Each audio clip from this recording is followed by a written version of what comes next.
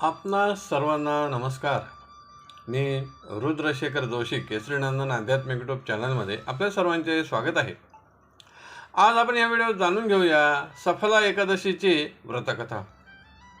एकदा युधिष्ठिरने भगवान श्रीकृष्णांना विचारले, आपण आतापर्यंत अनेक कथा सांगितल्यात, पण मार्गशीर्ष महिन्यात वद्य पक्षात येणाऱ्या सफला एकादशीची व्रतकथा काय आहे ते सांगावे.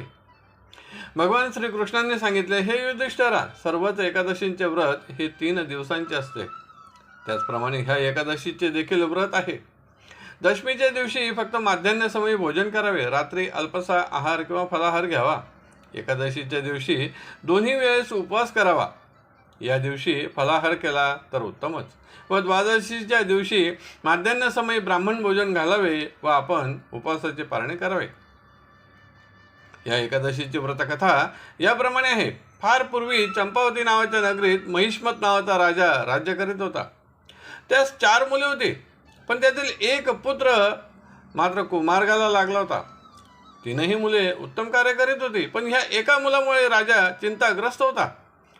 तो सर्व प्रकारचे वाईट कर्मे करीत असे. चोरी, शिकार, मांसभक्षण, देवाला न मानणे या सर्व गोष्टींमुळे प्रजेकडूनही त्याच्या बाबतीत तक्रारी यायला लागल्यात. त्यामुळे एके दिवशी राजाने त्यास बोलावले. त्याचे नाव लुंपक असे होते. त्यास सांगितले, तुझ्यामुळे मला अपमान सहन करावा लागत आहे. तू तुझी वाईट कर्मे करणे काही बंद करत नाही, म्हणून तो आता माझ्या राज्यातून निघून जावे. लुंपक तेथून निघाला व तो दाट वनात राहू लागला. तेथे एक मोठा पिंपळाचा वृक्ष होता. लुंपक दिवसभर शिकार करत असे, तेच मांस भक्षण करीत असे व अनेक वाटसरूंना लुटून धन जमा करीत असे. त्यावरच उदरनिर्वाह करीत असे व त्याच पिंपळाच्या वृक्षाच्या खाली राहत असे. असे कितीतरी वर्षे त्याचा क्रम सुरू होता.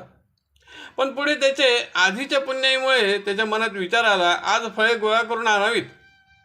शिकार केली नाही, फळे गोळा करून आणलीत. पण त्यामुळे तो खूप अशक्त झाला. त्याने ती न खाताच तसाच झोपला व मूर्छित झाला. त्या दिवशी मार्गशीर्ष महिन्यातील वद्य पक्षातील एकादशी होती. त्या एकादशीस त्याचा पूर्ण दिवसभर उपवास झाला. दुसऱ्या दिवशी सूर्य उगवला. सकाळ झाली, माध्यान्ह समय झाला. तेव्हा सूर्याच्या कडक उन्हामुळे, उष्णतेमुळे त्यास जाग आली. तो मूर्छित अवस्थेतून शुद्धीवर आला व भगवान विष्णूंना प्रार्थना केली, ही फळे मी तुम्हाला अर्पण करीत आहे. त्यानंतर त्याने फळे ग्रहण केलीत.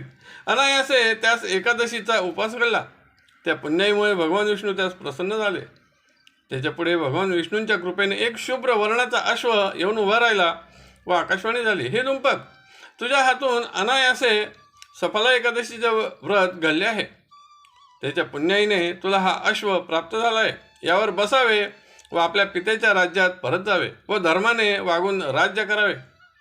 त्याप्रमाणे त्याने केले. तो चंपावती नगरीत गेला. महिष्मतला आनंद झाला. आपल्या मुलात बरेच परिवर्तन झाले आहे हे त्याने पाहिले व त्यास राज्य प्रदान केले व पिता तपस्या करण्यासाठी वनात निघून गेले. अशी ही सफला एकादशीची व्रतकथा आपणास आवडली असेल तर जरूर लाईक करा, शेअर करा आणि व्हिडिओच्या खाली असलेल्या सबस्क्राईब शब्दावर जरूर क्लिक करा. धन्यवाद. नमस्कार. जय केसरीनंदन.